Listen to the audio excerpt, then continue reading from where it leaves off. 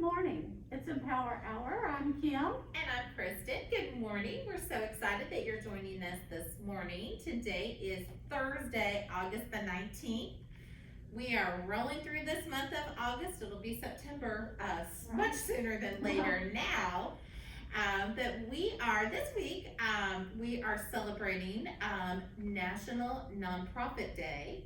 So we thought, what better way to celebrate that than inviting our wonderful president, Rhonda Zuber, to join us today to kind of give a little bit of a background on nonprofits, what they are. Of course, our favorite nonprofit is Swerka and More. Absolutely, yes. But yeah, and we knew that you hadn't seen Rhonda in a little bit. We had her on probably our first segment of Empower Hour, Yes. so we Got got to kick it off. absolutely, and how far we have come. Yes. Right. So welcome to Empower Hour, Thank you Rhonda. for inviting me back. I thought I did a terrible job the first time, and Oh, that was why I wasn't invited. So I was like, okay. But yeah, so I know when you guys asked me to come and talk about non-for-profits, I wanted to talk about Swerka, but I figured I would take another turn and talk about non-for-profits in general, because it was kind of interesting. I did a little bit of research on them, and I actually learned a lot, so hopefully I can share it with you guys. So most people realize that non-for-profits were designed to help create awareness for a cause, and it was done all the way back since biblical terms. If you go and look, that there's always been that point of giving back and helping your fellow mates. But the interesting thing was, it wasn't until the 1900s, give or take, that it actually came to the United States, and it became more of a formal type situation. And a lot of that happened because of the social dilemmas that were going on at that time. So a lot of the child labor laws, the suffrage for women, prohibition, all those things were going on in the early 1900s. And it was also a time where a lot of the industries were taking off. So a lot of people were making a lot of monies back then. And so the two forces kind of collided, and they set it up where they needed to give back. It was their duty. They owed it to society to share some of their wealth. And so they started supporting some of those groups. And that is when the non-for-profit sectors began, basically, in America. So that was kind of neat to learn about, and to see how the tide just rolled in and matched those two things up perfectly for us. Lucky for Swerka that did happen, so that we could be here today. And then another interesting thing, the YMCA, which has been around since almost the beginning, they were one of the first organizations that started fundraising. Wow. And back in the early 1900s. So their first fundraising effort was to build a new building.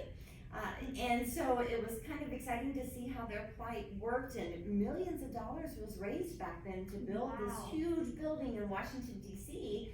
to set off the YMCA.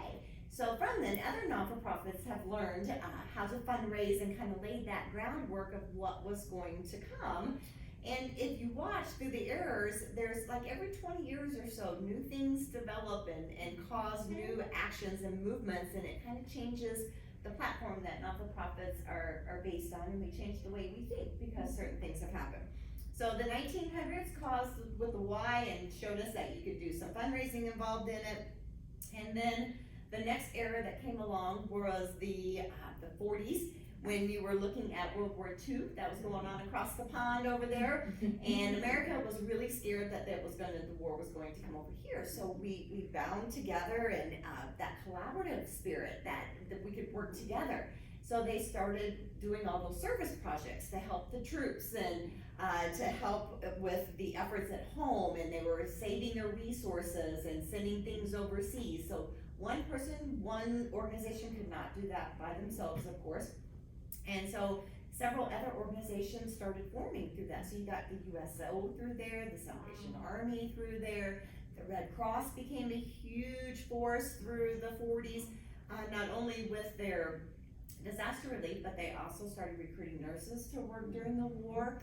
And also it was the first ever the huge blood donation that happened. So millions of people all across the United States came together, globally even, to help. So that's the neat thing about not-for-profits is that it can start as small as you want it to, so it can be just a community effort such as a church or for a playground to help raise money, or it can be as global as you want it to be, with like the Red Cross efforts or the USO type efforts where everybody gets involved. So it's kind of neat to see how it all works together. And then the next era that brought change was the 70s, and that's, you guys, we've all, I was there in the, I was little, but I was there in the 70s. But that's when the Civil Rights Movement started, if you guys remember reading about that or hearing about that, and also the Vietnam War. So a lot of them were centered around war because that kind of got your blood going and got people, excited about changing the way something was going to happen. And when those two things started happening, it wasn't as big. It wasn't a World War II. It was a smaller, and it was focused on what was happening in your own backyards. Let's save a brother, let's save a sister. What can we do to make changes here on the home front? So it became much more specific and much more of a narrow focus. So at that point, because it was hitting home more, the government actually started getting involved in the 70s. And whenever the government gets involved, things change. But sometimes it's for the good things too. But this was when the Tax Reform Act happened. I think it was like 1969, and that's when the 501c3s were created, which is nowadays is what all non-for-profits strive to be, is that 501c3, which just means that your funds are managed by a board of directors, and they're put in place that you don't typically have a gain. The money that you make needs to go back to support the mission that you are focusing on. So when that happened, 501c3s also do not have to pay taxes. And so when that was announced and donors got a relief when they made donations, they didn't have to pay taxes on that. Then you saw this huge surge of applications that everybody wanted to be involved in a 501c3. So there were thousands of applications all across the country of everybody wanting to do good and try to help and to make a buck while they're at it. And so some of them kind of got a bad rep, and a lot of bad people kind of got involved in it, trying to turn things quickly. So when that started happening, the government got involved, and that's when we got all the rules and regulations that we live by today. There are tons that we have to do and follow. But the good thing is that now it is much more narrower and much more legal, and there are certain guidelines in place like GuideStar that you can go to if you're looking at a non-for-profit. You can research them and find out their background and how much of their money goes to their mission and what their causes are. So you can track down anybody and everything that you need to know to make sure you're giving to that worthwhile charity, where 50 years ago you didn't. So a lot of people were taken advantage of. And so I'm hoping a lot of, if that happened and somebody's had a bad experience with it, you don't let that jade your opinion today. There are a lot of wonderful non-for-profits out there to give to, and would love to have you. So nowadays there are, literally hundreds of thousands of non-for-profits, and they kind of divide them into categories, as everybody is fully aware of. So you've got like your arts and culture, you've got your religion, animals, which are your pets up here. There's your health, and then like humanities, which is where human services, which is where we're going to fall under. So human services is one of the broader categories, and I think it's the one most people think of when they're thinking of non-for-profits, because it helps the homeless, it helps feed the hungry, it helps serve the aging, which is where we fall under, as well as feeding. But it helps with disasters, and it even helps building those playgrounds that I mentioned a few minutes ago. But as I was looking at it, I started researching too, and I just was curious about the number of non-for-profits that were even in Vanderburgh County, because we try as a non-for-profit to collaborate with as many as we can to achieve our mission and to help save money. But just in Vanderburgh County alone, there are almost 3,000 non-for-profits. Wow. So they are going to cover your whole gamut of everything that you're looking for. And so when people say, I'm constantly being asked for money, and it's probably true with 3,000 of them to pick from. So, my biggest recommendation is to find the ones that mean the most to your heart and that you're passionate about. And I know my preacher at church always talks about, the 10% tithing, but 5% goes to the church and the other 5% divide up among your top 3 charities. Right. And those can change, they don't always have to be the same. So I think in my 20s, there were certain nonprofits I was more geared toward compared to where I'm at now in my 50s. So you can always change those 3. But Swerka hopefully is one of the top 3 of your choices we will gladly take.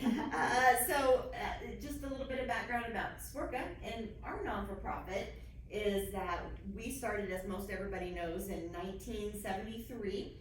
And our non-for-profit started with our nutrition program, which is now our Meals on Wheels program. And it was actually started with the forming of the Older Americans Act. So it goes into that government getting involved again. President Johnson signed it into effect, and so the Area Agencies on Aging, which is your AAAs, were formed. And at that point of time, that funding that came in to support the meals program, it only paid for a portion of that nutrition program. So it was never meant to fully fund a staff or deliverers to take the meals out, people to make the meals. The money that was there to pay for the meals themselves. And that philosophy has continued even to this day, 50 years later, I guess, right at 50 years. So it has been amazing to see how much has changed over time, and yet some things have stayed the same. So Swerka has added programs along the way.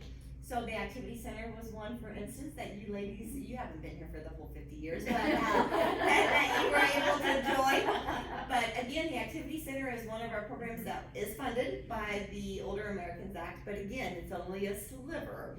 So Kristen, you do the budget, you know, I mean, say those funds Yes, that's why we do a lot of fundraising for our agency. Absolutely. Yes. So the funds that are there are the Title III funds, and so they only pay for that evidence-based fundraising, the evidence-based classes, sorry, I explained that wrong. And so all the other things you do, like having Kim and Kristen sitting here with you guys today, we can't claim that on our grant reimbursement that we receive, even though everybody enjoys Empower Hour once a year. So part of the fundraising efforts, part of the donations that are out there, part of the grants that we write is to help pay for all of these kind of things behind the scenes, to help bingo. Bingo's not covered under the Title III. This workout room is not covered under there, so it's just a handful of the classes that we are able to get reimbursed for. So a lot of times people don't stop to think about that. They think we're all completely funded by federal and state and local programs, and we're really not. So some of our programs, for those that know Swerka, we do have our case management program.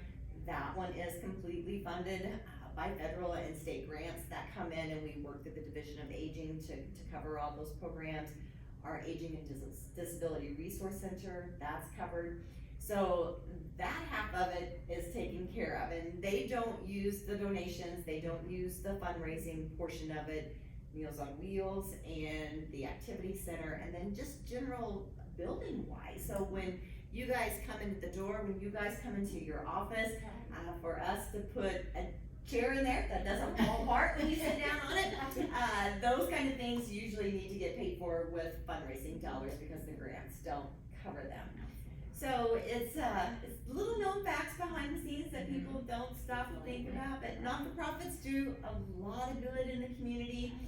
They've made a lot of great advancement and have helped millions of people across the country, and I can't imagine the United States without them anymore. Absolutely. And what a long history of them. I'm sure that not many people know the history behind nonprofits. I didn't. But I was able to share with you today. Absolutely. And you made some excellent points about, even our programs here at Swerka, not fully funded. Yes, it is kind of a misconception sometimes that, the activity center, some people think we're a city building, some people think we're a state, building or a federal building, but we're really none of those. We are none of those. We are nonprofits. Swerka actually owns our own building, and it was paid for for by fundraising efforts and donations that have come in, and we maintain it along those same avenues. There were some grants that helped pay for some of that, but federal and state funds are not allowed to pay for that at all. So Absolutely. And I know we've showcased a lot and talked about a lot of our fundraising adventures, programs that we have going on. We've talked about, we have the Bourbon Raffle and the Brew Fest, and now the Fall Fest and Brew Fest are coming up again. And Blackberry Cobbler's coming. I know, yeah. And fall will be here, as we all know, sooner than later. Yes. That's why it is so important to support your nonprofit. Absolutely. And just, yeah. And we try to make it as easy as possible, so we're Absolutely. not always going around with our handout, because I know there's several people see me coming and they're like, oh no, she's asking for money and we don't wanna see her. And so I don't wanna be that person, even though Swerka is, every ounce of my heart, and besides my family, but the rest of us all Swerkas. And so I wanna try to raise as much money as I can to make it a nice place for people to wanna come. But we do the fundraisers so that people can enjoy donating and getting something back, instead of just me going around saying, can I have $20, please? Or, when you go to the fall festival, support our booth.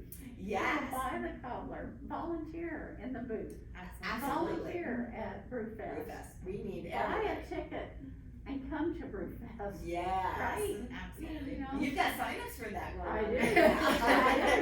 Contact me. My number is 492-7462. Oh, you forgot. 492-7462. Yes, 7462. We will put that in the Yes. chat. That number will be in the chat. You can contact me. Yeah, and again, we always go back to, it doesn't have to be a 3-hour volunteer Right. spot, it can be an hour. Right. And we have spots that are easy, from just scooping ice all the way up to things that are a little bit more laborious and Right. intensive, where you're picking up trash on the grounds, or pouring beer even. Exactly. So, yeah. Of course. Gate security, ticket scanners, all kinds of Yeah. things. So, Absolutely. And a known fact, as we're talking about fundraising, when I was talking about how much funds go back, here at Swerka, 88 cents of every dollar raised actually goes back to our mission. So that is a wonderful statistic. If Right. anybody wants to use Google and look things up, it's very high.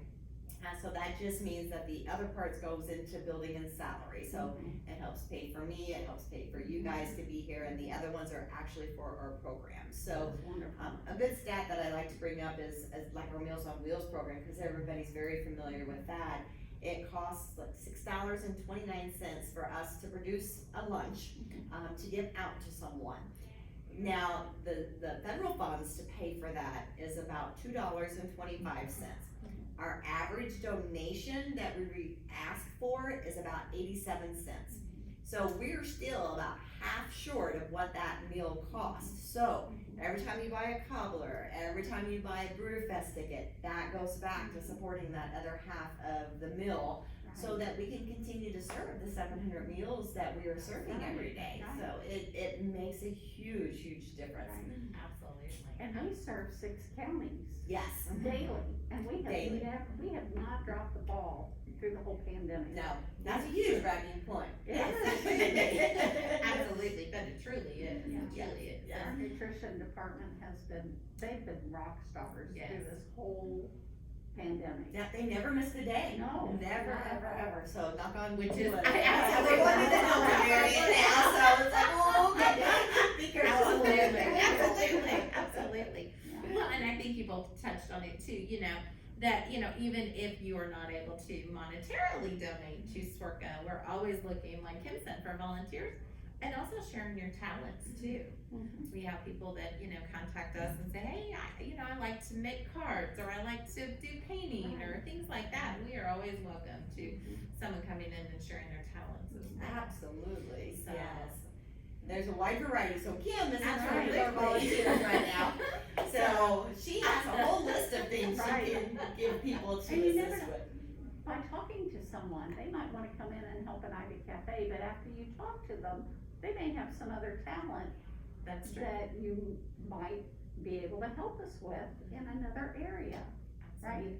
Absolutely. Yes, anywhere from being board members to Right. advisory council, to helping with lunch, delivering meals, teaching an exercise class.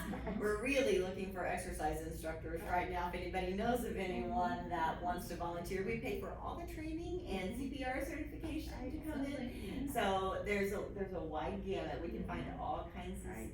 Little something for everyone. Absolutely. So, it's a fun place to be. Absolutely. It's just a fun place to hang out. It is. And what would we do without our not-for-profit? Right. Absolutely, absolutely. I know. Well, Rhonda, thank you so much. As always, it is a pleasure to have Rhonda joining us today, and we thank you. All of us thank you for keeping the ship going Yes. afloat and going as we. Steering our ship. We have been through some challenging times, not just pandemic wise, but thank you very much for all you do. And thank you so much for sharing that wonderful information. That's very interesting. I'm glad you enjoyed it. So thanks for having me. Well, thank you very much. Thank you. And happy non-profit week. Hope you enjoy your job too. Absolutely, absolutely. And look for more ways that you can help support us here at Swerka and More. Right. So, wonderful. Well, Kim and I will head over to our Empower Hour sponsor today, Trilogy, and we have our very good friend, Julie from Woodmont. Julie Collins is joining us today from Woodmont, which is a Trilogy facility, so we'll head on over that way and visit with Julie. Visit Miss Julie. Come on over. Come on over, she Come on said. down. Come on down. And talk about someone who does support us in all of our And fundraising always. efforts, and now board member here at I Swerka know. and More Yes. as well. So And volunteer. She's a wonderful volunteer. yes, You know, And donor. in talking about all of that, the ways that you can be involved. Somebody special to me recently said, throughout the phrase time, talent, and treasure. And those are the ways that you can support Right. a person, an agency, Right. whoever and whatever mission. And, because we don't always maybe have the treasures. So maybe we don't have the funds personally to give, Right. but you get blessed tenfold by donating your talent and your Right. time and being in somewhere, and seeing the commitment and the joy and the fun that goes on, especially here at Swerka, but I think as a part of any not-for-profit, Right. and so it's such a great way to be involved and to give back and to get to have some personal gains and growth yourself. So I always think about you telling everyone it's your happy place. it is. This is my happy place. Happy And place. Trilogy from the get-go, and the company I think is 22 years old, was when they built their first building. And, for 22 years from the get-go, a big part of the mission was to give back to our communities. And that is evident in any community in the 4 states where we have our Trilogy facilities. There's always, our events that we have are not for company gain, they're for not-for-profits. And, in Boonville at Woodmont, we support our Manna Market, which is a local food bank that serves a lot of families in Boonville and surrounding small communities in Warwick County. So that has kind of become, a soft spot in our hearts that we enjoy giving back to. But one of the great things is that you can change it up at any given moment. You can do a fundraiser for Meals on Wheels, and some of our Evansville campuses have done that. They'll have, during the pandemic, things have obviously changed. And so drive-through events were a huge part of what some of our campuses did for fundraising.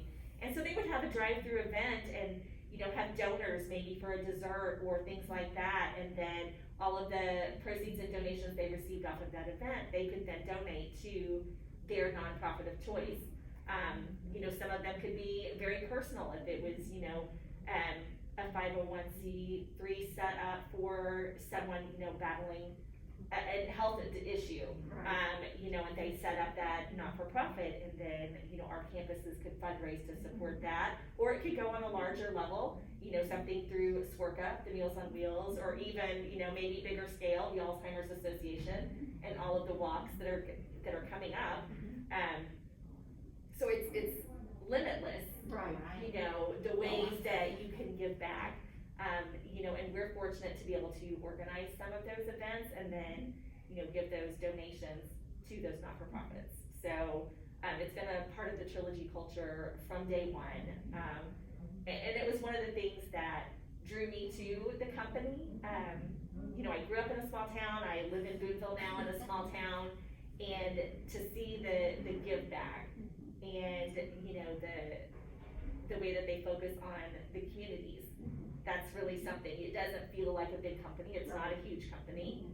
It feels very local when you go into each of the campuses. They support the communities they're in, they're actively involved, and it's just, it's a solid company, you know, and I hate the company because it doesn't feel like a big company. Right. The Trilogy is a solid company. They rank high on great places to work, surveys. They offer so much to the employees that are there.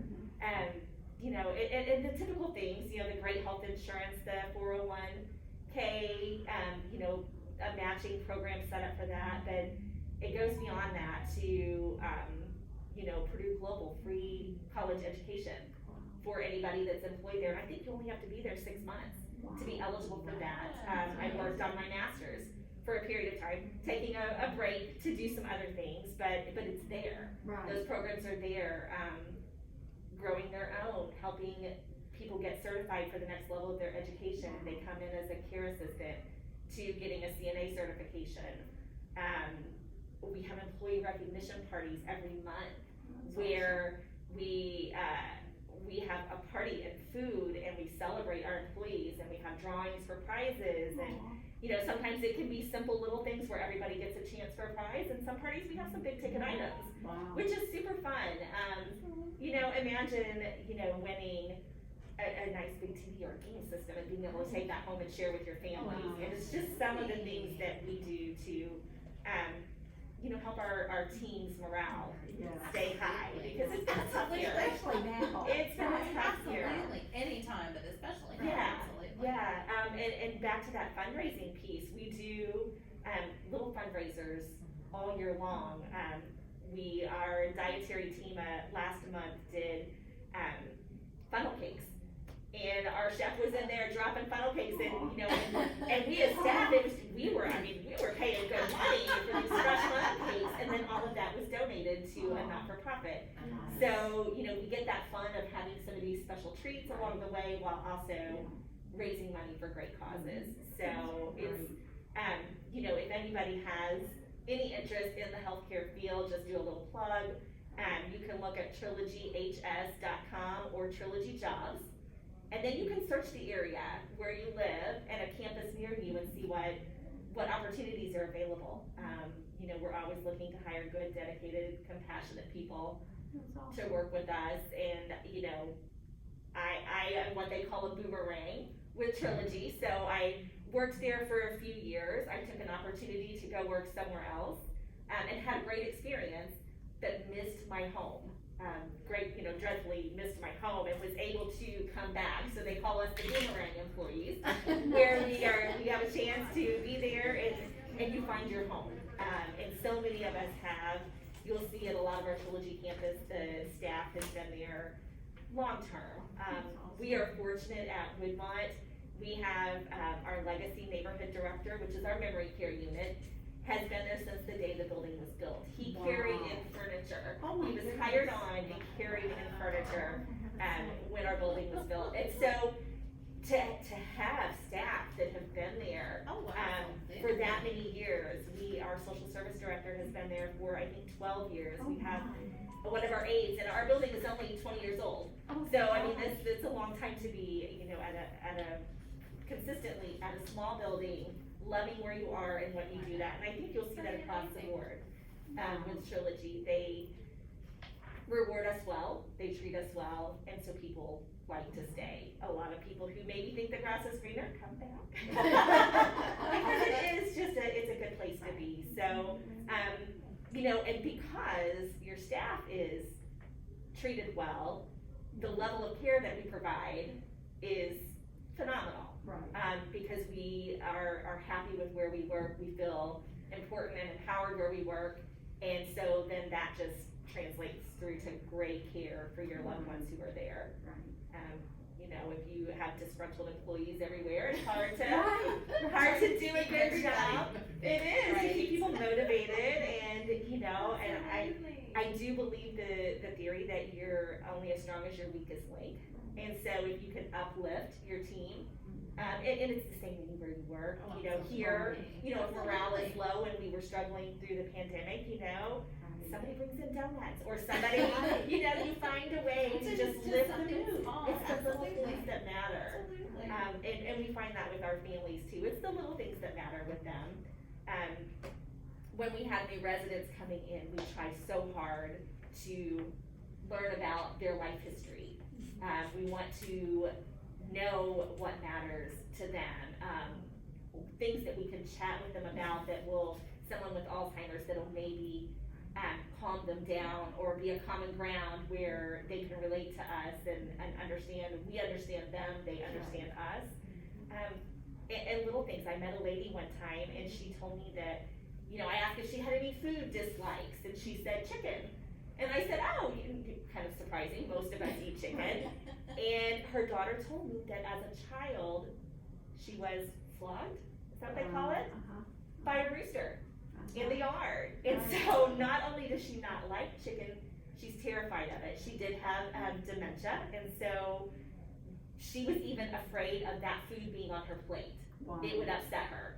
And so we learned that early on, and so we knew not to serve her that, and you know, it alleviated a lot of problems where had that conversation and that extra time not been taken, we wouldn't have known that. We would have been serving the poor woman chicken a couple of times a week, and not knowing why she maybe had aggressive behaviors. And so it's so important to take that time, and we're thankful with Trilogy that we're allowed that time with our families to work with them over a period of time to make sure that they're comfortable when they're ready to move their loved ones in. It doesn't always happen overnight. Sometimes it does, but sometimes it's a process to get to know a family, to build their comfort level, to encourage them to come into our facilities multiple times, to know our staff, to utilize our adult day services for that few minutes, few hours a week to come in and to get a feel for what's happening. So it's a really well thought out plan at Trilogy, and we are so fortunate to be a part of it, to be proud to represent Trilogy in our community, and for all of us to be supporters of SWRCA. You know, there are so many programs here that people don't know about. I learned so much from Rhonda's, absolutely. you know, not knowing that things weren't fully funded. And so when the healthcare community and others in Evansville get to support SWRCA, it's so amazing to know what our sponsorships go for. Maybe we didn't know that before. I know I didn't. So to know that only half of the meal program is funded, that's amazing. Where does the other half come from? It comes from, you know, the companies that take the time to support these non-for-profits. And we're just fortunate to be a part of it. Yeah. And we all agree that we live in a very, very wonderful community that works together for a common cause and a common good. Absolutely. That's one of the things I think, you know, being a social worker for 20 years and just being a few years now into healthcare, what I have seen and experienced is that 99% of us are out there for the common good of our senior community. You know, if I'm not the right healthcare community for your loved one, I know someone who may be. And so to serve as a resource in our community is so huge, because not everybody is ready for assisted living or skilled care, but they don't know who to call first. And so, you know, if you make the call to me first and we're not the right fit, we can link you up. And you will see that honestly across the board I have heard in that healthcare. from multiple organizations, Yes. different facilities. Yes. They all say the same thing, which is wonderful to hear. It is. We're not a super small community in the Evansville area, but we're a solid group of people who have Yes. our priorities in line and Right. know that our goal is to help folks Right. find the right place. And people remember that. They remember that, you know, maybe we weren't the right fit, but we know we helped their mom find the right place. There's a purpose for each one of us. There's enough facilities to go around, and there are enough people who need our help Right. to go around. And so, you know, at Trilogy, we just strive to provide the best quality of care, the nicest of places, where, you know, I know that I could say confidently, I would have my mom be at Woodmont or be at a Trilogy facility, and I would feel confident. And honestly, most of the people representing companies in this area do feel that way. They feel that way about where they work, and that's great to see. We have a lot of quality care in our area. We are very fortunate. We truly are. Yeah. No, Julie, on behalf of SWRCA, as always, thank you so much for supporting us in your sponsorships of different events that we have and volunteering. I know, you know, you're kind of a rain, sleet, or snow gal as well. Or sun. Or sun, or heat, or, you know, but we sincerely appreciate your support and Trilogy support and have over all of these years, but especially this past year when it has been so challenging for all nonprofits and all of that. So we appreciate it. And we're so happy you're our Empower Hour sponsor today. And Great place as to be. always, it's wonderful to visit with Julie from Woodmont. Julie from Woodmont, I know. Middle name from, last name love Woodmont. saying, I always love saying that, but thank you so much. We appreciate all that you guys do and Of course. all your support, so. Well, it's happy to be here, and good luck with Brewfest coming up and the Fall Fest. We will be there. Brewfest, absolutely. It's all fest coming up in October. It is, Oktoberfest. Absolutely. All right, thank you Well, guys for thank having you, me. Julie, so much. Thank you. Well, we will go back over to our table and get ready for our next guests that are joining us today. Do a little chair switch over here. These out here. Kind of go circle here. You need to get a job as furniture. I know, right? There probably is a need somewhere, I'm sure, for some business that is moving things. Well, our next guest for today, we are so excited. We just have a super fun show today that we We're had. having a lot. I know it. Now we're going to talk about some travel. Yes. And we are very excited. We have, of course, our very good friend Tracy Wilson joining us with Touristy today. But she has also brought another special guest who is just in town right Hi, now everyone. with us today. But we have Sawyer Choate from Colette Yeah, thank you. visiting with us today. So thank you so much. And I'll before we talk more to Sawyer, I do want to tell Tracy thank you for. She comes and volunteers with our Yes. USDA food box giveaway every month, and you can agree that it is a wide variety of weather. Always, Yes. always. Yes, yes. It could rain, it could snow. Absolutely. It could be sunny, it could be It can beautiful. just, but You just don't know what you're gonna get. only does Tracy support us with touristy, but she also comes and volunteers generously very much with her time, so another amazing community partner with touristy, so we are so excited Yeah. to talk about our upcoming trip for 2022. 2022, it's time to start planning for Which next year. It sounds like it's 2022 is forever away. We're already It'll be halfway here through before August. you know it. Absolutely, absolutely. So we're so excited that Sawyer's joining us today as well, just in for just a couple of Yeah, I days. got in, I live in Nashville, Tennessee, so drove up, yesterday morning. We had, a couple meetings, and here we are today, excited to be here. And of course, we have our presentation here coming up shortly, so happy to help and love supporting you all, and of course, my dear friend Tracy. Absolutely, absolutely. And we are going to be, and we will be putting up on our Facebook page as well, our travel show that we are to kind of kick off our upcoming trip for 2022, which is just going to be an amazing trip. This is definitely a bucket list trip for everyone and anyone. Absolutely. And it kind of includes a little bit of everything, land, sea, and air.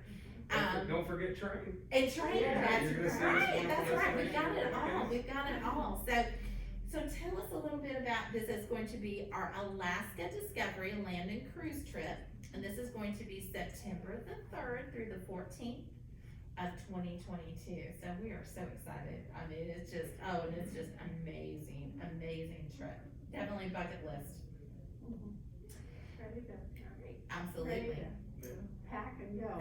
Pack and go. I know, Kim's like, yeah, I'd like to go on that one. Well, and there's you kind of look into Alaska as a destination as we can kind of continue to heal as a country and a global world.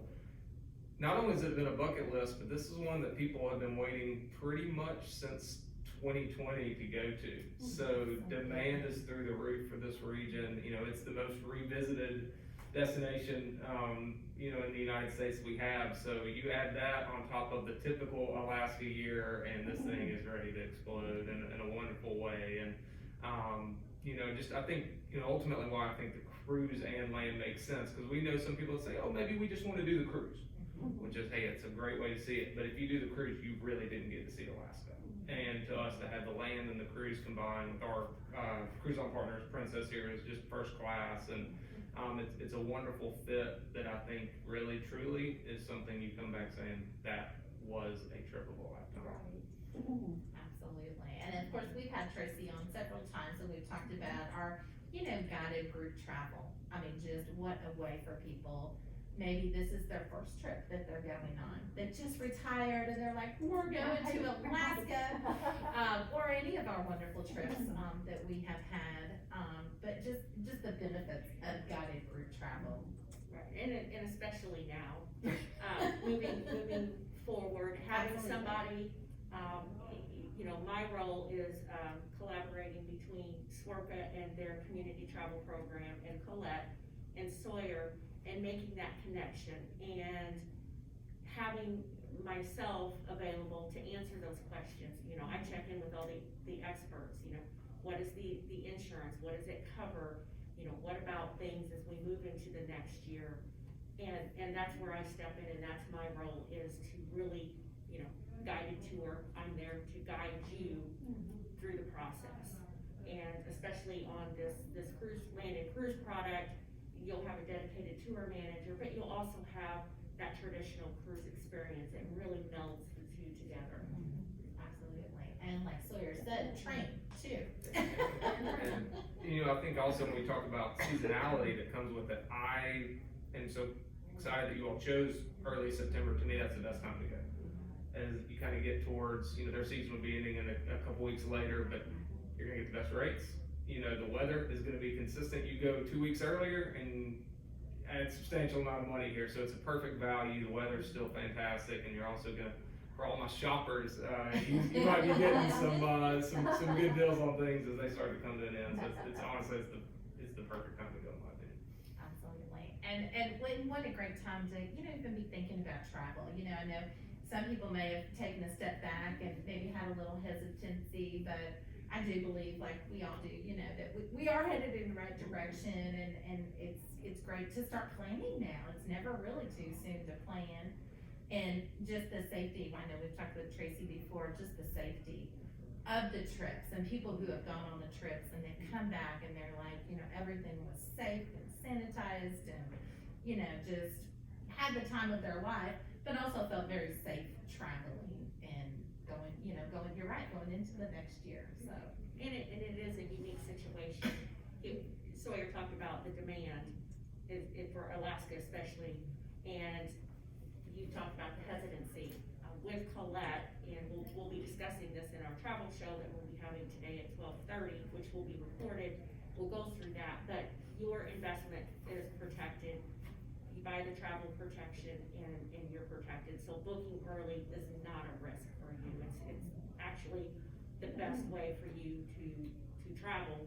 Make your arrangements early, get everything taken care of, and and know that Colette and Torcy are gonna take care of you and protect your investment. Can I leave one little teaser for them talking about Absolutely. booking early? So, you know, what we go down at the meeting, the salesman kicked in. Going into the meeting today, you know, a lot of people, this isn't like a Caribbean cruise where you'll have a day at sea and all you see is blue water.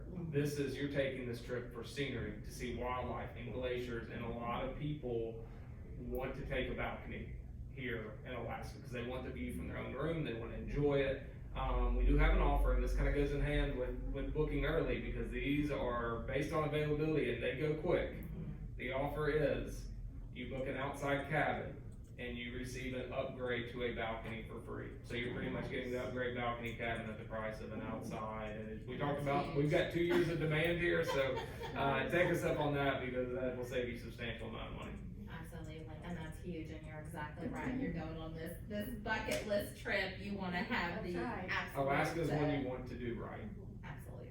Absolutely, and you know, we talk, you know, and see a lot of things, you know, on Facebook or wherever, you know, people are like, okay, I've been to 48 states.